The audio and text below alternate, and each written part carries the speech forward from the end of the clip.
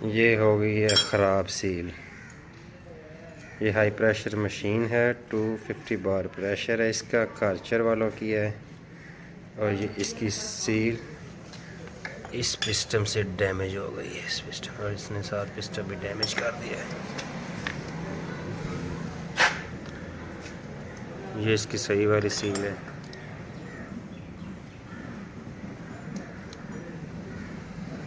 ये इसका पिस्टन है, सिस्टम। अभी अब अंदर चेक करेंगे कि अंदर क्या प्रॉब्लम हुई है। इससे हम रोलर फार्म वॉश करते हैं।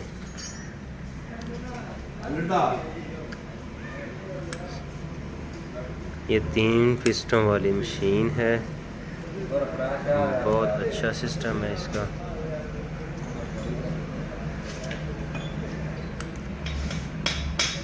ये हाई प्रेशर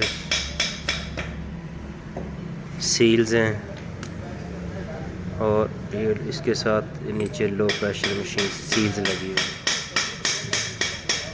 एक सील डैमेज हो गई है, अभी हम इसको नई सील डालेंगे। ये देखिए,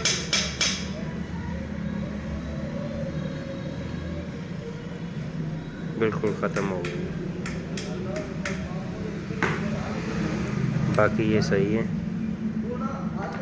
ये भी ठीक है, ये एक सेट ये भी ठीक है, और ये भी ठीक है। ये इस सेट की ये सील और ये दो चीज़ें डैमेज हो गई हैं बिल्कुल।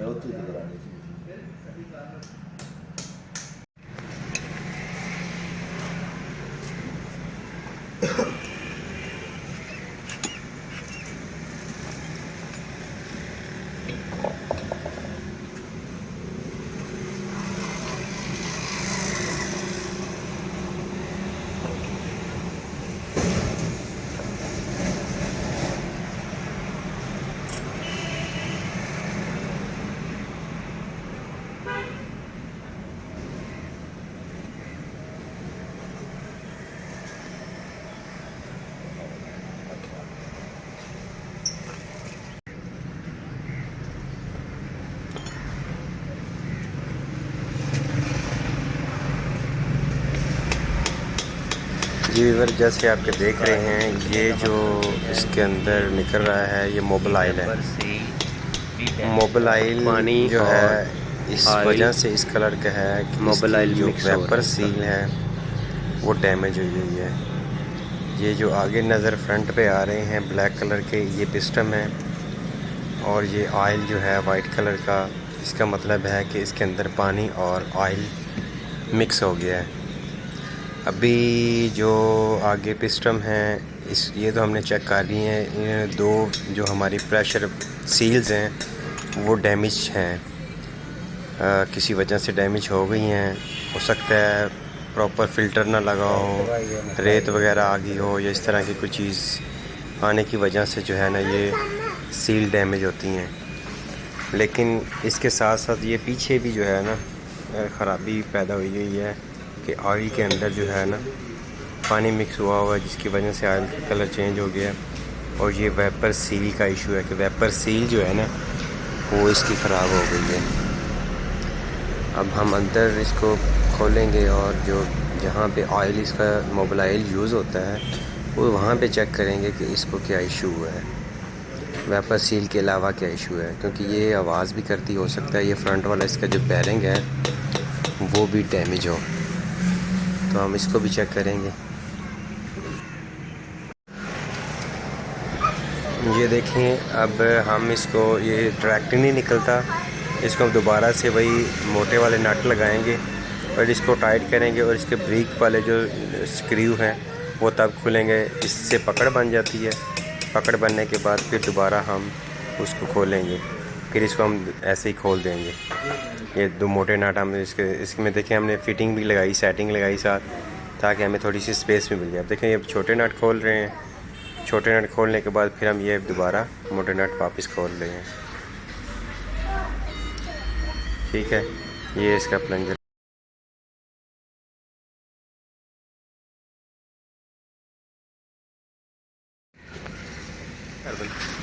ये इसका पैनल लगा हुआ है छोटा सा। ये पैनल खोलने के बाद बैक टापा जो है हम इसको खोलेंगे। इसके अंदर जो है वो बैक साइड पे इसका वो स्ट्रेटनर लगा हुआ है। स्ट्रेटनर को लेदर से निकालेंगे ताकि आगे वाला बैरिंग चेक किया जा सके। और ये पीछे वाला टापा खोलेंगे इसका। इसके बाद हम इसका स्ट्रेटनर निकालेंगे। स्ट्रेटनर निकालने के बाद फिर इसका बैरिंग, पहले वाला बैरिंग तो ठीक है, आवाज़ नीचे से आ रही है, तो हम इसके दोनों बैरिंग जो है ना वो चेक करेंगे।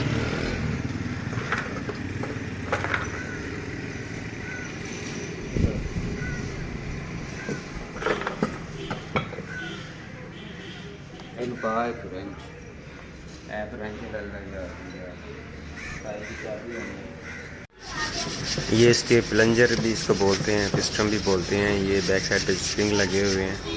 ये बाहर आ गए हैं, ये इसके अंदर चलते हैं। अब इसमें मैंने स्ट्रेटनर तो रिमूव कर लिया है और ये इसका स्ट्रेटनर है। इसके ऊपर जंगाल लगा हुआ था, तो ये जंगाल थोड़ा सा उतार लेना चाहिए। ये फिर डिस्टर्ब करता है इलेक्ट्रिक जो है ना, जो इसको देते हैं उसमें ये डिस्टर्बेंस पैदा करता है। तो अब इसके अंदर हम दोबारा से वही फिटिंग करेंगे। स्ट्रेटनर डाल के हमने इसका वो बैरिंग, फ्रंट वाला साइड का बैरिंग हमने चेंज कर दिया है। अब हम इस पर जो है ना किसी दूसरी मशीन का निकाल के वो निकालेंगे। इसको अच्छी तरह से साफ़ कर लें। साफ़ करने के बाद हो सके तो इसके अंदर डीजल वगैरह या कोई चीज़ डाल लें। तो ये हमने चेंज किया, रिप्लेस कर दिया। रिप्लेस करने के बाद ये हम इसकी अब फिटिंग करेंगे। इसको दोनों साइडों से धीमी धीमी चोट लगानी है, ज़्यादा ज़ोर से नहीं, सारी साइडों से एक जैसी चोट जो है ना लगे।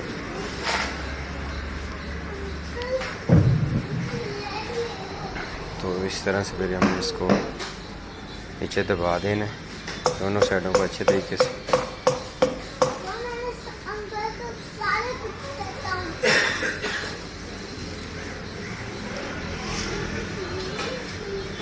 देखें यहाँ पे ऐसी कोई चीज़ नहीं यूज़ करनी चाहिए जिसके ज़रिए दोबारा कचरा वगैरह पड़ जाए। तो आपने ऐसे कोई सॉलिड चीज़ यूज़ करनी है, रबड़ की हो, लकड़ी की हो, कोई भी हो, प्लास्टिक की हो, जिससे कचरा वगैरह जो है ना वो अंदर ना जा सके। ये देखिए हम दोनों साइडों से बराबर चोट लगा रहे हैं ताकि ये प्रॉपर नीचे चला जाए।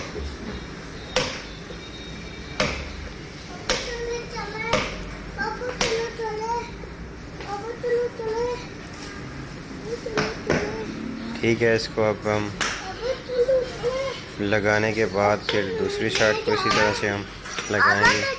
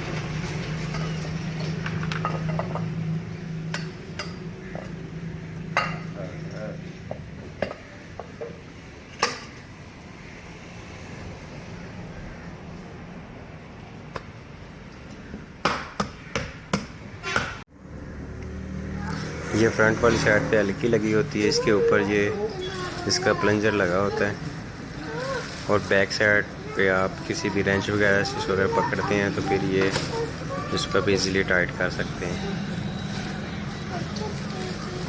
ये इस तरह से रेंच डालेंगे इसके, और दूसरी साइड से आप इसी तरह से इसको अच्छे तरीके से टाइट करेंगे। इसमें प्ले नहीं होनी चाहिए 1% भी।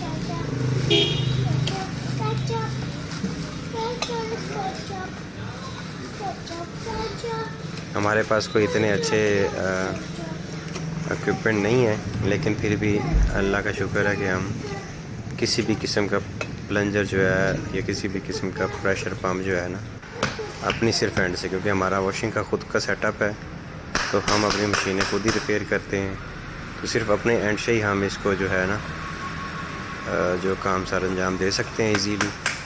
अल्लाह का शुक्र में बाहर से किसी बंदे की ज़रूरत नहीं पड़ती है। ये इसका जो प्रॉपर सिस्टम जिसके साथ लगे होते हैं, आउटसाइड इसकी सील्स लगी होती हैं, प्रेशर सील्स, और बैक साइड से ये इसको जो ये प्लंजर है इसको इस तरह से मूव करता है। ये सील्स हैं जो फ्रंट साइड पे लगी होती हैं, लास्ट पे हाई प्रेशर सील्स होती हैं। जो डैमेज हुई थी वो हम अभी इसको जो डैमेज है उसको चेक करके नई जो है ना उसमें लगा देंगे सील्स। जो चीज़ें आप समझते हैं कि जिस पे आप वॉश कर सकते हैं उसको प्रॉपर वॉश करें, ताकि इसके अंदर किसी किस्म का ज़र्रात वगैरह ना हो।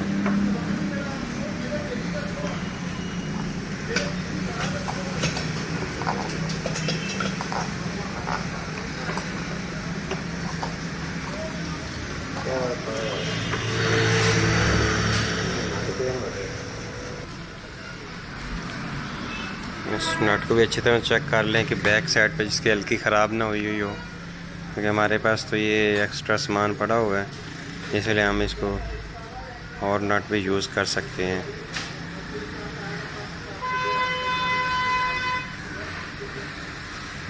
इसको डायरेक्ट हम जो है ना वो नहीं टाइट कर सकते। सबसे पहले छोटे 2 नट लगाने होते हैं, उसके लिए हम ये दोनों साइडों पे सेटिंग लगा के पहले इसको हल्का सा दबाते हैं। दबाने के बाद फिर हम पहले छोटे नट लगाएंगे, ये छोटे नट हैं, ये लगाएंगे हल्की के साथ, दोनों साइडों पे होते हैं। सिर्फ ये 2 नट हैं जो इसको पकड़ के रखते हैं।